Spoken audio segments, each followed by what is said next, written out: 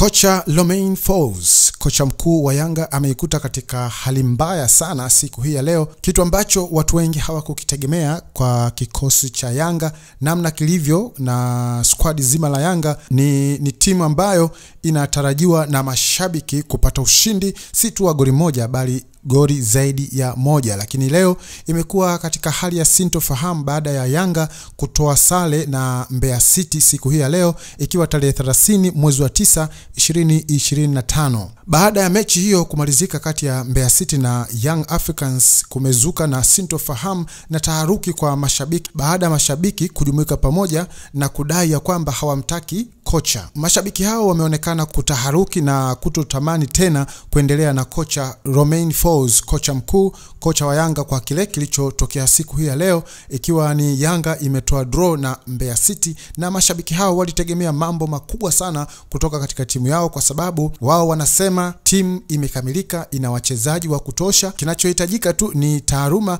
ama ufundi wa kocha kupanga kikosi chake na kujua mbinu gani zitakazoweza kutumika na kuibuka na ushindi mkubwa. Na hiyo imekuwa hali ya tofauti kabisa katika mechi hii iliyochezwa leo kati ya Mbeya City na Young Africans. Hivyo basi mashabiki walio wengi wa Yanga wanaona kwamba kocha Romain Folz hakutumia uwezo wake ama ujuzi wake wa kukipanga kikosi vizuri na kuleta matokeo kwenye timu. Kwa hiyo mashabiki wa Yanga wanasisitiza kwamba hawamhitaji kocha Romain Folz. Vyombo mbalimbali vya habari vimefanya mahojiano na msemaji mkuu wa timu hiyo ama klabu hiyo ya Young Africans anayefahamika kama Ali Kamwe, na ameulizwa maswali mbalimbali kuhusiana na takwa la mashabiki kwamba hawamhitaji kocha huyo kuhudumu tena katika klabu hiyo ya Young Africans. Lakini Ali Kamwe yeye amesema kwamba ni mapema sana kutoa majibu ya aina yoyote kuhusiana na takwa la mashabiki, lakini watakaa chini kama jopo la maamuzi katika klabu hiyo ya Yanga, hatimaye watafanya maamuzi sahihi kuliko